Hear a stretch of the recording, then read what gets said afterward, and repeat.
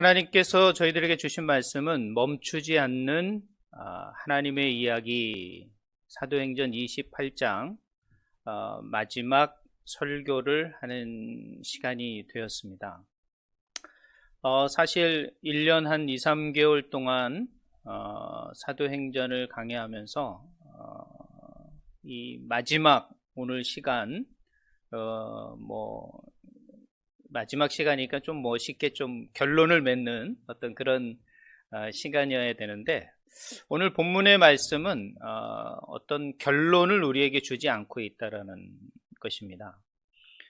사실 어떤 드라마나 또 영화를 보면 이런 결론이라는 게 있지 않습니까? 결말이라는 게 해피엔딩으로 끝난다던가, 그 다음에 또 어떤 또 다른 어떤 것을 통해서 결론을 맺는 부분이 있는데, 오늘 본문의 말씀은 결론이 없이 우리에게 또 다른 도전을 주는 그런 본문으로 28장이 끝나고 있습니다. 그래서 많은 사람들이 사실은 이 사도행전 29장 Acts 29이라는 말을 많이 들으셨을 것입니다. 한국에서도 그런 이야기도 많이 있었고, 그것은 이 사도행전 28장이 어떤 결론을 맺고 끝나지 않고 있다라는 것이죠. 사실은 이 바울이 로마로 오게 된 일은 예루살렘에서 붙잡힘으로 말미암아 로마까지 오게 됐거든요. 한 2년이라는 시간을 걸쳐서. 그게 사도행전 21장부터 시작이 됩니다. 근데 이 사도행전 21장부터 시작되는 그 내용의 결론도 여기에는 없다라는 거예요. 재판이 어떻게 진행이 돼서 판결이 나서 결론을 맺었다, 이런 내용도 오늘 본문에는 나오지 않습니다. 오히려 로마에 2년 동안 있으면서 바울이 어떤 것을 했는지만 기록하지, 어떤 재판의 결과나 재판의 어떤 내용도 설명하지 않고 있다라는 것이죠. 그래서 많은 이 신학자들이나 많은 이 주석들이나 많은 목회자들이 이 사도행전은 결론을 맺는 게 아니라 또 다른 도전, 새로운 어떤 시작을 말하는 28장의 내용이다라고 대동소이하게 생각하는 경우가 많이 있습니다. 그래서 이 사도행전 28장은 마무리되지 않는 가운데 끝나고 있어요. 그럼 어떤 분들은 이런 생각을 해요. 이 사도행전을 쓴 저자인 누가가 이 사도 바울과 싸워서 섭섭이가 들어가서 이 결론을 다 맺지 않고 이렇게 나눠졌던가, 끝났던가, 이렇게 둘이 갈라섰던가, 이렇게 생각하시는 분도 계셔요. 그러나 전혀 그렇지 않습니다. 왜냐하면 바울이 모든 선교 여행을 다 하는 이 기간 동안 이 누가는 이 바울과 늘 함께 했던 그런 사람입니다. 그런 본문이 한 본문 나오는데요. 그것은 사도 바울이 서신서를 한 13편을 썼습니다. 편지를. 근데 이 13개 정도의 편지에서 마지막 편지가 보통 디모데 후서라고 사람들이 말을 합니다. 그 디모데 후서 4장 11절의 말씀에 이렇게 되어 있습니다. 성경 본문이 나와 있는데요.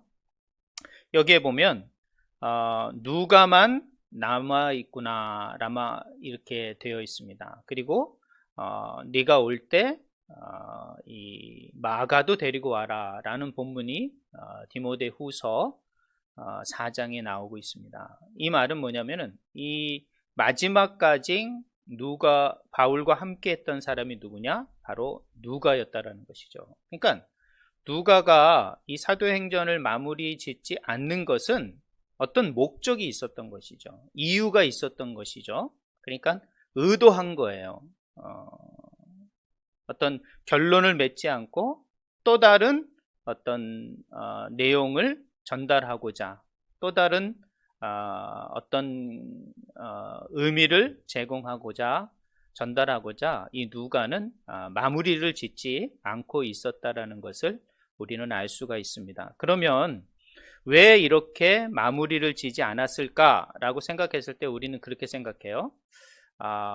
뭐 누가가 그랬겠지라고 하지만 근본적인 거, 근원적인 거는 뭐냐면 바로 성령에 의해서 사도행전이 쓰여졌다라고 사람들은 생각을 하고 또 그렇게 믿고 있습니다. 그렇기 때문에 이렇게 마무리 짓는 것도 누가 감동을 줘서 이렇게 인도하시느냐? 바로 성령님께서 그렇게 인도하신 것이라고 우리는 생각할 수 있습니다. 즉 성령에 의해서 기록된 성경이 성령에 의해서 이렇게 의도를 가지고 기록된 것이라고 우리는 생각할 수 있는 것이죠.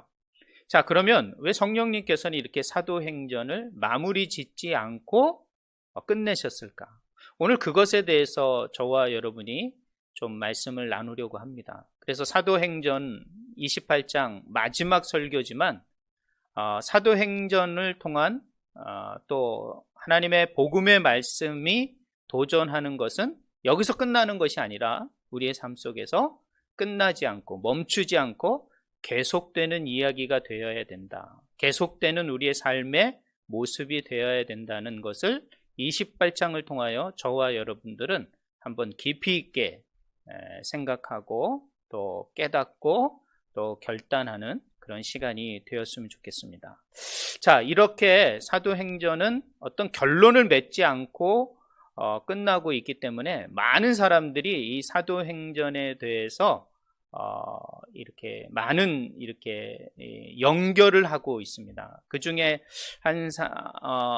나쁜 경우인데요. 그것은 신비주의자들이나 또 은사주의적 그리고 어떤 성령 은사적인 부분을 아주 강력하게 강조하시는 그런 그룹들이 있습니다. 그런 사람들은 이 사도행전의 내용이 결론을 맺지 않고 있기 때문에 이 성령에 의해서 이 말씀하시는 이 사도행전의 그 말씀의 능력을 우리가 받았다.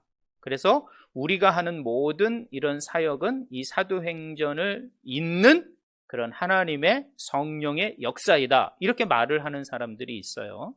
그래가지고 그 사람들이 어떻게 합니까? 성령의 체험을 해서 자신들의 어떤 영적인 은사적인 체험이 그 사도행전적 은사의 연장성산에 있다라고 생각하면서 그렇게 해석하는 경우가 있어요.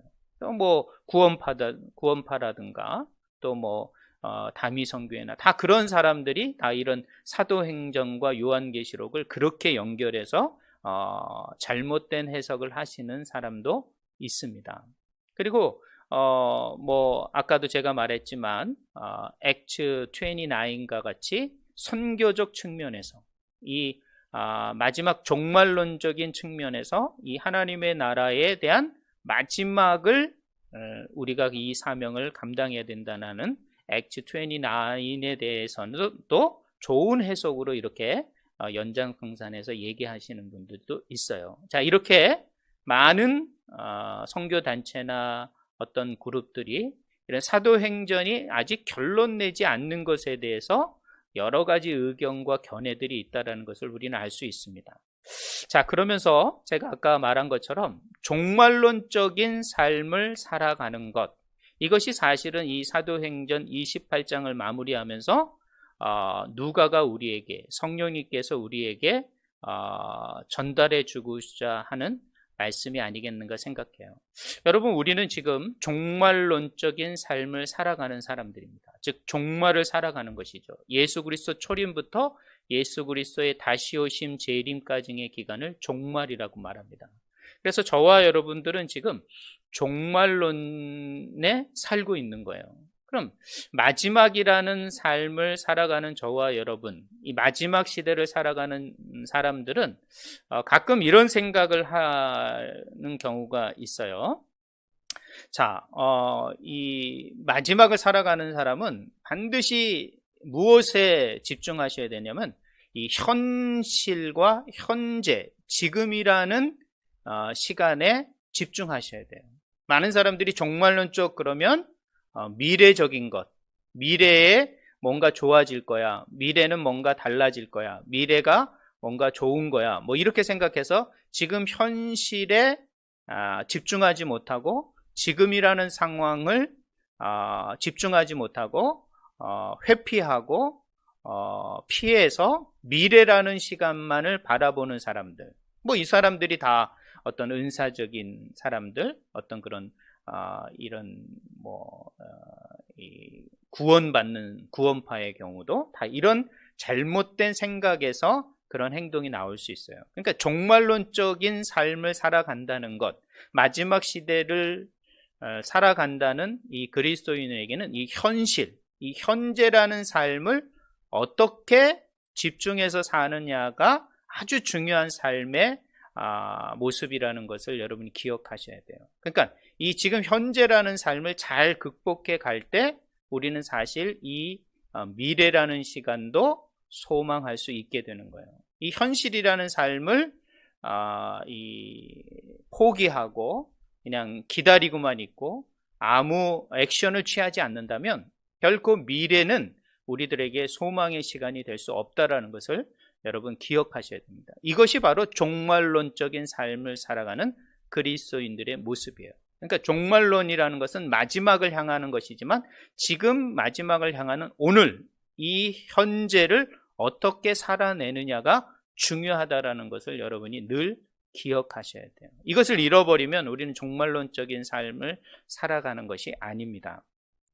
자, 이런 종말론적인 삶을 살아가지 않는 사람의 모습은 지금 코로나의 상황 속에서도 많이 볼 수가 있습니다. 많은 사람들이 지금 코로나가 지금 거의 2년째 온 세계를 팬데믹 상황으로 몰아가고 있습니다. 특별히 베트남은 지금 오늘부터 2주간 완전히 진짜 뭐라 그럴까요? 이 통제가 됐습니다. 이제 마트도 가질 못합니다. 집 밖으로 나갈 수 없는 그런 상황이 됐습니다. 그래서 사실 오늘 우리 신영봉 집사님이 과연 오실까 생각을 했는데 푸미흥 근처래 가지고 거기에서는 올 수가 있는 것 같아요. 그러나 지금 푸미흥만 좀 벗어나거나 또 푸미흥 골목골목에도 지금 차단된 곳이 많고 또 명령이 내려져서 마트도 지금 제한적인 영업을 하는 실정에 있습니다.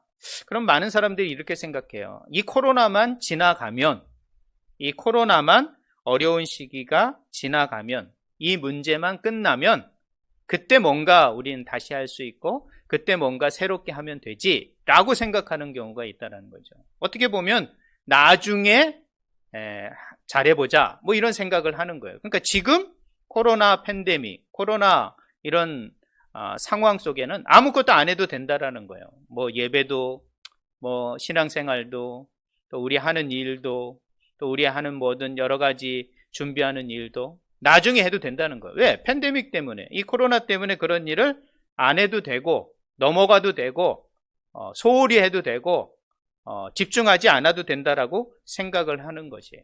또 어떤 사람은 백신 맞고 하지 뭐, 어떤 사람은 또 한국 갔다 와서 하지 뭐, 또 뭐 지금 상황이 안 되니까 뭐 어떻게 하면 되지 라고 이 현실, 지금이라는 상황, 지금이라는 형편, 이런 모든 것들을 어떤 상황과 어떤 문제 앞에 포기하고 또 미래의 것으로 치부해버리고 던져버리는 분들이 많이 있다는 것이에요. 그렇지 않은 거예요.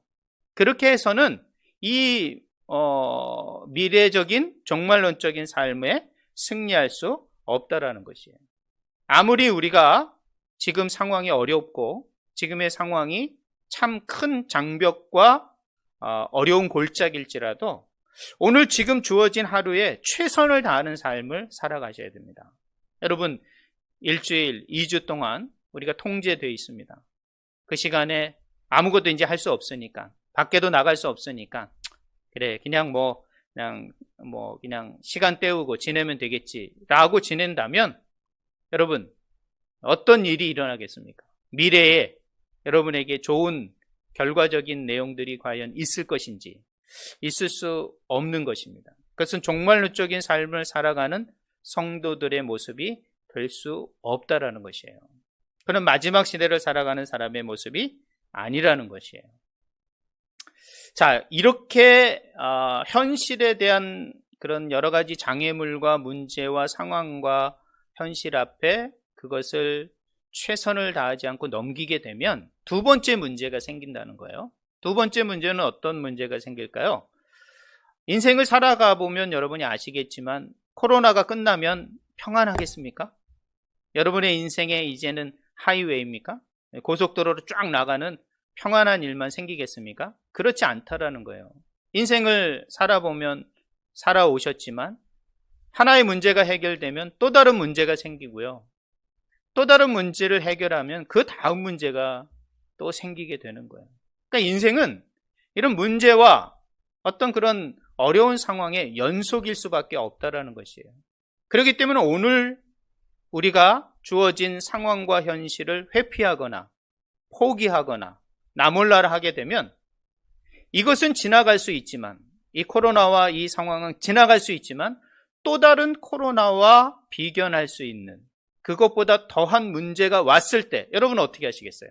과연 그 문제를 극복할 수 있는 나의 내적인 힘, 그런 능력, 그런 어떤 내성이 우리 안에 있겠냐는 거. 없는 거예요. 왜? 어제 그런 코로나와 상황과 그 어려움을 그냥 포기하고 넘겼기 때문에 또 다른 문제가 오게 되면 그거를 이길 수 있는 능력이 없게 돼버리는 거예요. 그렇기 때문에 우리는 오늘 우리에게 어떤 상황일지라도 어떤 문제일지라도 그 문제 앞에서 최선을 다하여 주의 능력과 주의 믿음과 주님이 주시는 힘과 그 소망으로 이겨내셔야 돼요. 극복해내셔야 돼요. 견디어내셔야 돼요. 승리해내셔야 돼요. 그래야만이 또 다른 이 코로나보다 더 큰 파도가 우리 가운데, 우리의 인생 가운데 올 때 그것을 우리는 감당할 수 있고 그것 또한 이겨낼 수 있는 힘과 능력을 갖게 되는 거예요. 그렇기 때문에 오늘 우리가 어떤 상황일지라도 그 일을 포기하지 않고 견뎌내고 승리해 가셔야 돼요. 그러지 않고서는 여러분 또 다른 인생의 여러 가지 문제 앞에 우리는 또다시 실패자가 될 수밖에 없고 또 포기할 수밖에 없고 이겨낼 수 없는 그런 삶을 살아갈 수밖에 없는 거예요. 그러니까 종말론적인 삶이라는 것은 오늘 현실을 최선을 다하여 주께서 주시는 능력과 성령의 권능과 권세로서 그것을 이겨내는 거예요. 견뎌내는 거예요. 승리해내는 거예요. 이것이 종말론적인 삶을 살아가는, 바라보는 성도들의 삶의 모습이라는 거예요. 오늘 이 18장 16절부터 31절의 바울의 모습이 바로 그랬다라는 것이에요. 왜 이렇게 결론을 맺지 않고 이렇게 이야기를 마무리하고 있는가? 그리고 바울이 로마에 도착했을 때 그의 모습은 과연 어떤 모습이었을까? 제가 서두에 말한 이 종말론적인 삶, 마지막 남은 이 삶에 최선을 다하는 사도 바울의 모습을 우리는 발견할 수 있게 되는 거예요. 자, 오늘 본문을 내용을 보면 드디어 이제 우여곡절 끝에 사도 바울이 로마에 도착했습니다.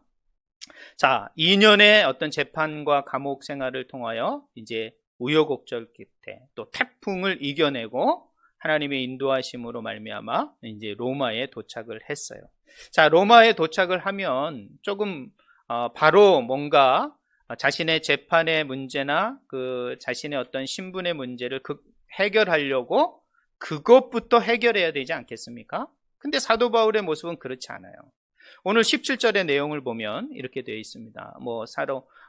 이 자막에는 본문이 없지만 성경을 좀 보시면 이렇게 됐습니다. 제가 읽어드리겠습니다.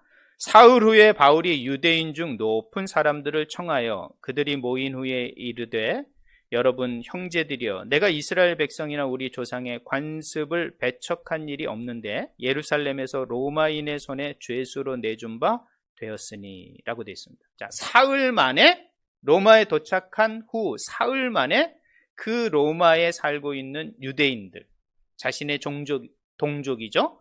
바울의 동족인 유대인들을 불러서, 그것도 아주 높은 사람들을 불렀으니까 책임 있고 리더십을 가진 사람들을 불렀다라고 볼 수 있어요. 자, 그 로마가 뭐 큰 도시였지만 아마 이렇게 황제의 죄수로 온 이 바울의 소문이 아마 그 유대인 사회에 전달이 되지 않았겠는가 생각을 해요. 그래서 이 사도 바울에 대한 궁금증과 이 사도 바울에 대한 그런 것을 알고 싶어 이 사람들이 바울의 초청에 응해서 오게 된 것이라고 저는 보고 있습니다. 자, 그러면서 자신의 어떤 그런 재판을 유리하게 이끌려고 자신의 어떤 그런 죄수의 이 문제를 해결하려고 이 사람들을 부른 게 아니라 바로 하나님의 나라의 이야기, 자신이 왜 예루살렘에서 잡혔고 또 그 일을 반대한 유대인들에게 어떤 것을 내가 얘기하고 지금도 그 당신들에게 어떤 얘기를 하고 싶은지를 얘기하고 있는 거예요. 사실 그가 가지고 있는 문제는 이 죄수의 문제, 이 재판의 문제를 해결하는 거예요.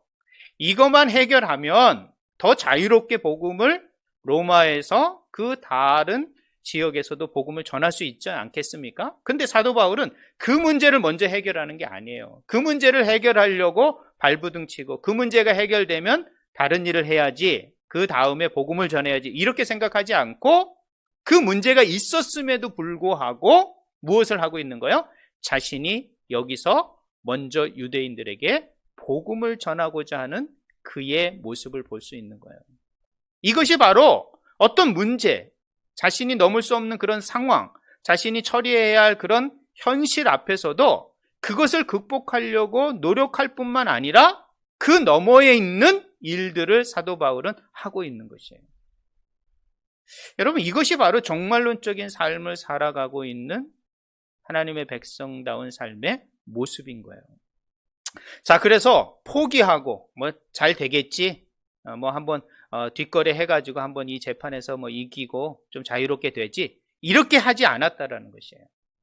자, 그리고 그러면서 그들에게 어떻게 말을 했습니까? 23절에 보면 그들이 날짜를 정하고 그가 유숙한 집에 많이 오니, 이제 첫 번째 온 뿐만 아니라 두 번째도 많은 사람들이 유대인들에 오게 됐어요. 23절에 보니까 바울이 아침부터 저녁까지 강론하여 하나님의 나라를 증언하고 모세의 율법과 선지자의 말을 가지고 예수에 대하여 권하더라.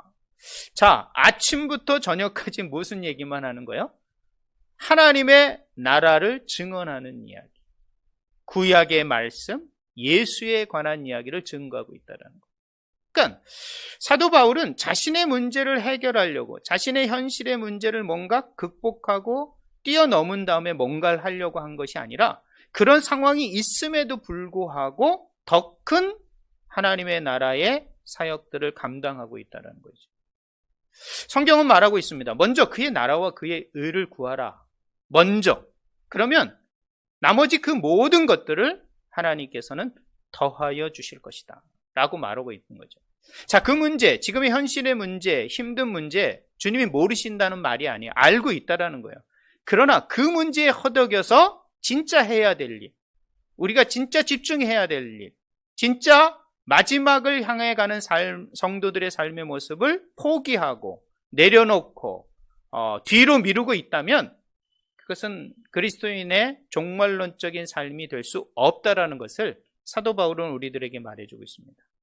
자, 이렇게 말하면 사도 바울의 능력 정도면, 이렇게 다 말을 하면 모든 사람이 다 하나님의 나라 예수를 믿고 또 회개하고 세례를 받아야 되잖아요. 성경은 그렇게 얘기하지 않아요. 24절에 보십시오. 그 말을 믿는 사람도 있고 믿지 아니하는 사람도 있다라고 되어 있어요. 자, 복음을 전한다고, 우리가 주의 일을 한다고 모든 사람들이 다 돌아온다, 모든 사람들이 다 거기에 굴복한다, 그렇지 않다라는 거예요. 세상은 믿는 사람도 있고 믿지 않는 사람도 있다라는 것이에요. 이런 갈등의 연속이라는 것을 여러분 기억하셔야 돼요. 인생은요, 무엇이 주님의 일을 한다고 하더라도 쫙 풀려지고 열려지는 게 아니에요. 많은 사람들이 내가 믿음 생활 잘하고 제가 내일 포기하고 주님의 일을 열심히 하다 보면 내 문제도 다 해결되겠지, 또 주님의 일도 다 풀려지겠지, 이렇게 생각하는 경우가 많이 있어요. 근데 성경은 분명히 말합니다. 사도 바울조차도, 사도인 바울조차도, 이런 능력의 사역을 했던 사도 바울조차도 믿는 사람도 있고 믿지 않는 사람도 있다라고 말하는 거예요. 그가 전하는 복음에 믿는 사람이 있고 믿지 않는 사람들이 있다라고 말하는 것이라는 거예요. 여러분, 그렇기 때문에 우리가 주님을 의지하고 복음을 전하고 또 그런 믿음의 삶, 신앙의 삶을 살아가야 되는 거예요. 모든 것들이 잘 풀려지지 않습니다. 이 말은 뭐예요? 언제든 우리 앞에 큰 문제와 갈등과 그런 험난한 현실이 맞닥뜨려져 있다는 것을 늘 기억을 하셔야 된다는 것이에요. 자, 그렇기 때문에 사도 바울은 이런 문제와 갈등과 여전히 유대인들과 동족 간의 어떤 풀리지 않는 문제가 있었음에도 불구하고 여전히 끊임없이 그가 계속한 사역은 뭐다? 바로 하나님 나라의 복음을 전하는 일이었다. 이 일, 이것이 바로 사도행전 28장이 우리들에게 말해주고 싶은 거예요. 그러면 두 번째로 사도 바울이 끝나지 않고 집중하던 것은 무엇이었는가? 그것은 바로 하나님 나라, 사역, 하나님의 복음을 전하는 일이었다라는 것이에요. 그가 감옥에서 벗어나는 것, 재판에서 승리하는 것도 중요한 문제지만 그는 그런 와중에서도 끊임없이 하나님 나라 복음을 전하는 일을 오늘 31절에는 그렇게 됐습니다. 담대하고 거침없이 가르쳤다. 참 좋은 말이에요. 근데 이 새번역 전에, 개역 개정 전에 본문은 어떻게 되어 있냐면 그 많은 사람이 없었다라고 말을 하는 거예요. 지금 사도 바울은 지금 간수가 지키고 있습니다. 간수가 지키고 있기 때문에 사실은 로마 정부가 지금 보고 있는 거예요. 그런데 많은 사람들이 왔다 갔다 하면서 아침부터 저녁까지 하나님 나라 복음을 전하는데 그것을 그 많은 사람이 없었다라는 것이죠. 자, 이 말은 좀 더 다른 해석으로 보면 법적으로 아무런 방해를 받지 않았다라는 말이에요. 담대하고 거침없이 그들을 가르치는 복음의 사역을 감당할 수 있었던 것이죠. 그렇기 때문에 여러분, 우리가 때를 얻든지 못 얻든지 하나님의 나라의 복음을 전하는 사명은 계속되어져야 되는 거예요. 오늘 사도행전 28장은 우리에게 그거를 말하는 거예요. 사도 바울이 풀어야 할 재판의 문제, 이 죄수의 문제 있다라는 거예요. 현실의 문제 있다라는 거예요. 그런 어떤 우리가 뛰어넘을 수 없는 문제가 있다라는 거예요. 그럼에도 불구하고 그 와중에 사도 바울은 하나님의 나라의 이야기를 계속 끊임없이 증거하고 있다라는 것이에요. 선교사님들 중에 또 뭐 어떤 요즘 이 선교지에 있다 보면 성도님들이 그런 말을 합니다. 안식년을 좀 가져야 되겠다고 이런 얘기를 해요. 안식년 그러면 아무 사역을 안 하고 쉬는 것이라고 생각을 해요. 그렇지 않습니다. 안식년은 어떤 거냐면요. 선교사들에게도 안식년은 뭐냐면은 안식을 한다는 것은 그 전의 사역들을 잠시 정리하고 또 뒤돌아보고 다음 사역을 위한 준비하는 시간, 재충전하며 그것을 더 잘할 수 있도록 준비하는 시간이에요. 그럼 어떻게 보면 더 열심히 기도해야 되고 더 열심히 무언가를 배워야 되고 더 열심히 부족한 것을 채워야 하는 그런 시간이지 아무 일도 안 하고 그냥 쉬는 시간. 이런 시간으로 우리는 안식일이라는 생각을, 안식년이라는 생각을 하게 된다는 것이에요. 그렇지 않습니다. 여러분, 우리 평생 주님의 일을 감당해야지. 이제 내가 몇십 년 주님의 일을 했으니 이제는 아무 일 안 하고 쉬어야지. 그런 모습으로 주님 앞에 선다고 생각해 보십시오. 악하고 게으른 종이라고 책망 들을 수밖에 없는 거예요. 주님의 일은 우리의 상황이 좀 어렵더라도, 우리의 상황이 좀 별 볼 일 없더라도, 정말 우리가 그동안 열심히 해서 지쳐 있을지라도 그 상황을 성령의 능력으로, 믿음으로, 신앙의 능력으로 우리는 극복해 그것을 이겨나가야 되는 거예요. 그런데 우리는 자꾸 우리가 어느 정도 했으니까, 이만큼 했으니까 됐다, 좀 쉬고 싶다 라는 생각을 하게 되는 것이에요. 또 어떤 분들은 21세기에 무슨 그렇게 이렇게 믿음과 신앙을 강조하느냐, 지금이 어떤 시대인지 아느냐라고 말하시는 분들이 있어요. 저는 지난 한 주간 동안 이 아프간스탄이죠. 아프간스탄에 참 안타까운 일이 있죠. 20년 전에 권력에서 물러났던 이 탈레반, 이 조직이 다시 지금 아프가니스탄은 카불 수도를 점령하게 돼서 이제 모든 전쟁이 끝나고 미국과 유엔군이 철수하는 상황이 있습니다. 그래서 지금 공항이나 지금 아프가니스탄의 모든 국가들이 지금 혼돈 가운데 있고 유엔과 전 세계가 지금 모든 뉴스의 집중이 지금 탈레반의 그런 부분에 집중되어 있어요. 여러분, 탈레반을 한번 생각해 보세요. 21세기 저희들하고 같은 시대에 살아가는 사람들이에요. 그 사람들이 SNS를 모르겠어요. 컴퓨터를 모르겠어요. 그 다음에 지금 여러 가지 상황들을 모르겠어요. 그럼에도 불구하고 같은 21세기를 살아가는 그들은 생명을 걸고 목숨을 걸고 뭘 하고 있는 거예요? 자신들의 신앙을 주장하고 있는 거예요. 자신들의 어떤 그런 신앙대로 이 나라가 통치되고 다스려지길 원한다. 우리는 그거 외에다. 그거 안에서 우리가 자유롭게 할 것이고 그거 안에서 통치할 것이다. 생각해 보세요. 21세기를 동일하게 살아가고 있는 사람들이 그 모슬렘, 그 신앙이라는 것에 생명을 걸고 20년 동안 싸워 끝내는 승리하는 그런 결과를 맞이하게 되지 않습니까? 어떤 미래학자는 이렇게 말합니다. 21세기 마지막까지 유럽이 모슬렘화 될 것이다 라고 말하는 신학자도 있습니다. 그것은 아마 가능성이 있습니다. 그만큼 이 신앙이라는 것은 아무리 과학 문명이 발전하고 세대가 바뀐다고 할지라도 이 시대의 신앙을 얘기해야 그렇게 말할 수 없는 거라는 거예요. 여전히 21세기를 살아가는 저와 여러분 가운데 온 세계에서 일어나는 모든 전쟁과 분쟁의 근원적인 문제는 바로 신앙의 문제고 종교적인 문제라는 것을 여러분이 기억하셔야 돼요. 그렇기 때문에 우리는 21세기를 살아가면서 과연 우리 현실 앞에 맞닥뜨린 이 수많은 문제와 어떤 상황 앞에 절망하고 포기하고 넘어지는 것이 아니라 이 상황 속에서 종말론적인 삶, 하나님 나라의 이야기를 계속 전진해 가는 것, 멈추지 않고 그것을 증거하며 선포해 가는 삶.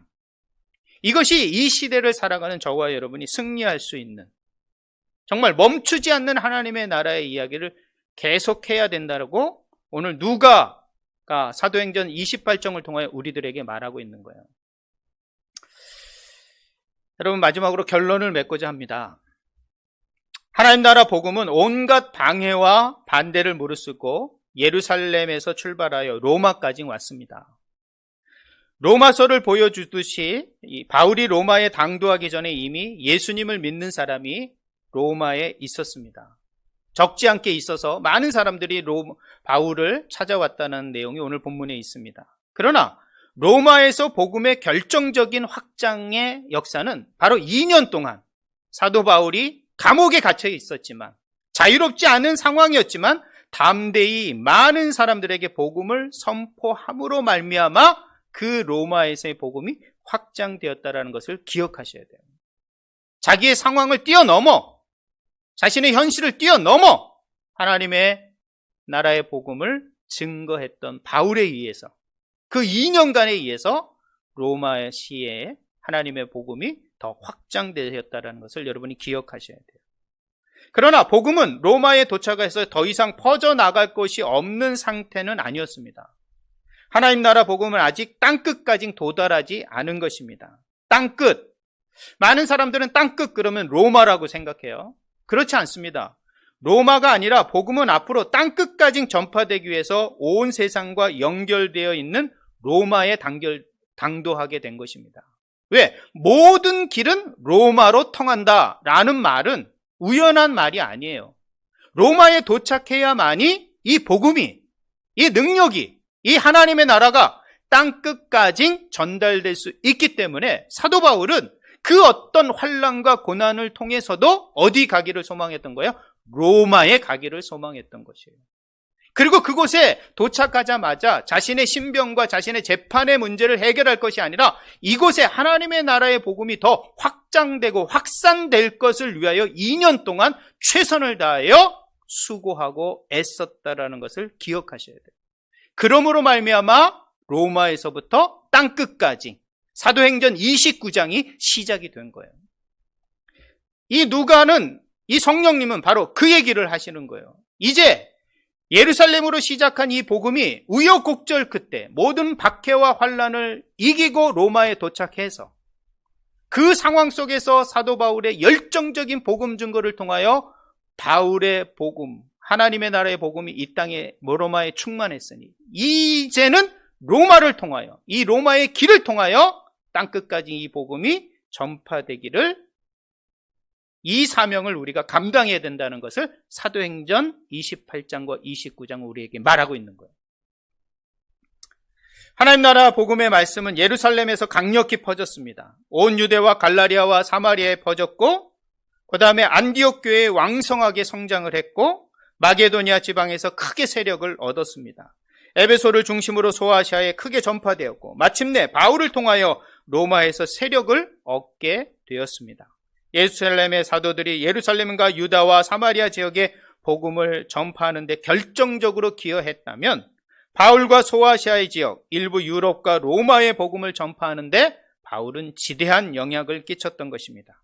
자, 이제 하나님 나라 복음은 가야 할 곳이 로마를 교두보로 하여 로마와 길이 연결된 전 세계, 곧 땅끝을 향하여 액츠 29이 시작된 것이라는 거예요.